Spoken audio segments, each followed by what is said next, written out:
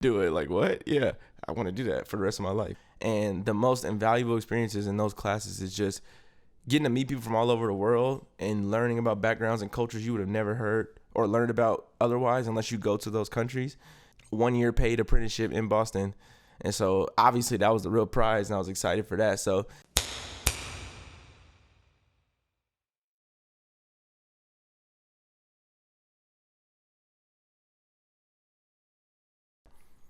and my dad didn't know at the time either. So first of all, he's like, no, I didn't know that. So he was like, because he didn't really know that Dwayne was a designer at the time. He kind of just thought he didn't know who he was. And then he told him basically what it was.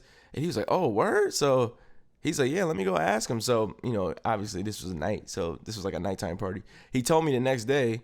And of course I wanted to do it. Like, what? Yeah, I want to do that for the rest of my life. So essentially from there, I was taking my drawings, right, that I had been doing for the last couple of years, and started sending them to Dwayne in Oregon. And what he would do is he would like look at the drawings, and send me like a template or trace over them and say, fix this, and that in terms of proportions and stuff. And he would send it back to me, and I would make the adjustments and send it back. So the first thing he ever sent me was like this big template of the Mellow 1.5, so I could like trace over it and essentially like use that as my template. Every time he's like, every time you draw a shoe, trace this outline and then draw your shoe inside of it. He's like, this is going to give you the best proportions, and it's going to help you understand proportion and have it become second nature. I didn't really understand what that meant because, again, I didn't understand practice at this time. I just knew, oh, I'm good at drawing shoes, quote unquote. Somebody from Nike wants to teach me how to draw shoes, or Jordan wants, so I must be good at it. So he's the one that really taught me work and dedication and getting better. Like, you have to get better. You're never good. I'm still feel like that every day. I'm never at the spot I want to be. You're always learning, forever learning, which is basically the second principle. So I was doing that, and then eventually in 2010, I was in 10th grade around this time. So I don't know how old I was, but I think 15 going on 16, I think. He had his first class. So Dwayne had ended up resigning from Jordan Brand and starting Pencil Design Academy in 2010.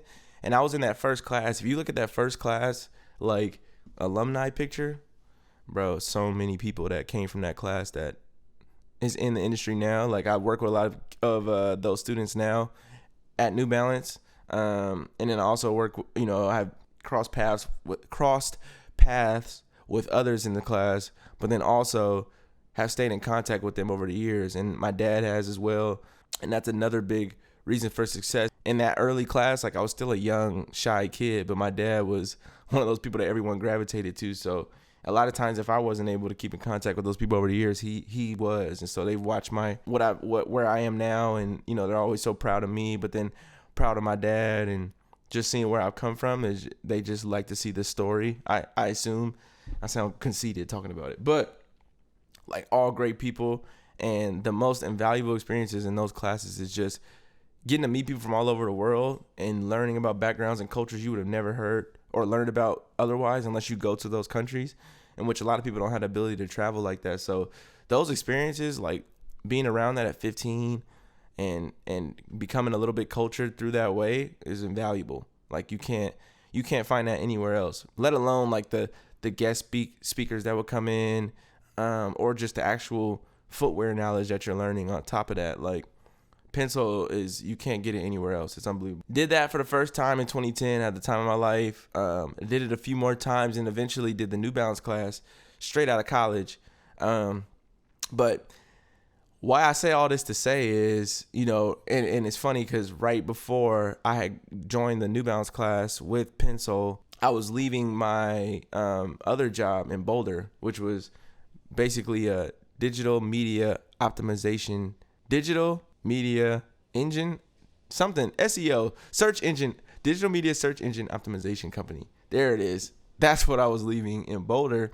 And, thankfully I had that experience, because that's what taught me what I really wanted to do. Like, and I have a tattoo now from that time, like, that really helps me remember that time.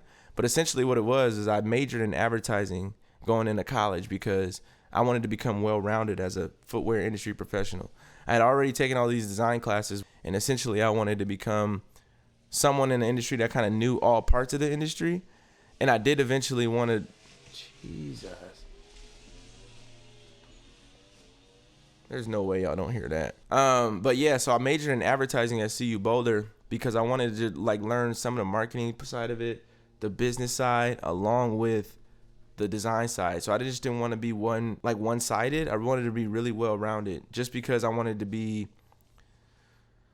a designer that understood that part of the business, but also too, there was a part of me that always wanted to be a PLM, which is what it's called at other companies. Our company is called a product manager because I felt like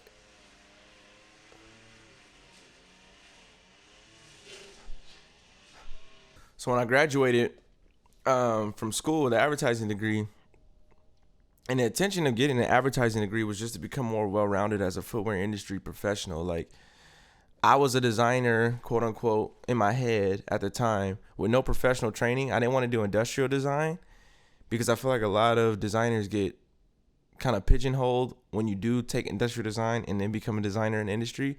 You're kind of forced to, people only look at you like, oh, you're a designer. You can't really step out of those bounds. And they don't think you have much business sense and all this other stuff that comes along with it. It's just human nature. For me, I didn't want that. But then also, too, I wanted the flexibility. And I've always seen it this way. And, like, it's kind of happening now, but at the same time not, because it's not, the industry's not really ready for it.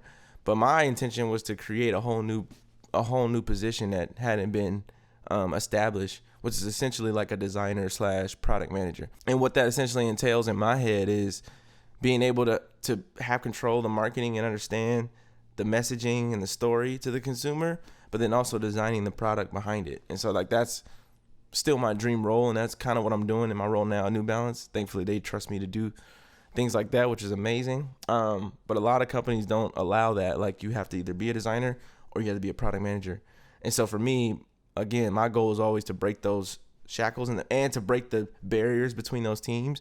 Because if you know, in the industry, like, designers and marketing don't really get along because usually they're telling opposite stories and wanting to do opposite things.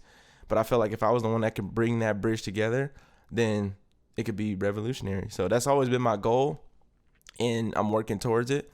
So I say this to say that once I had that advertising job straight out of school, in which I was assisting and kind of learning about that process, it made me realize that the advertising space and like that space was not for me. And I was only there for 3 months. It was like a short internship that could have turned long term, but I decided to move on. And thankfully, that was like the best thing I've ever done in my life. It was a risk that I had to take. I had no options after that. It was either that or go home and live with my parents, which it was. Like, once I left there, I went to go live with my parents and try to figure something out for 6 months. So thankfully, thanks to the connections that I had with Dwayne, we were able I was reaching out to him and say, yo, what can we do to get myself into the industry? Like, I need to figure out how to do this. And so he said, well, I got another class coming up with New Balance. If you wanted to apply for that, you might be able to get into that class. And so he said, I suggest you apply for 2 different roles, though, because, it might be tough to get into the design roles because there's a lot of great designers, obviously. And that is, again, where having that dual background and that dual practice in your toolbox can come in handy. So I was able to apply for like the color and material role, but then also apply for the design role. And then, there wasn't really a brand marketing role this time, but it was essentially tied to the color material role. So I got chosen to be a designer and went through the whole process, 3-week process that we go through. I didn't get selected as a winner because it was like a first, second, and third place thing. And I've never been the most talented designers. Like, some of these kids, y'all can draw their ass off. Like, my friend, for example, Tae, one of the best illustrators I know, like, he can draw his ass off. And I'm nowhere close to him when it comes to, like, execution. But the thing they told me, and because after this happened, they called a select group of interns back for a year that they wanted to just be involved, as an apprenticeship, 1-year paid apprenticeship in Boston. And so obviously that was the real prize, and I was excited for that. So they ended up reaching out to me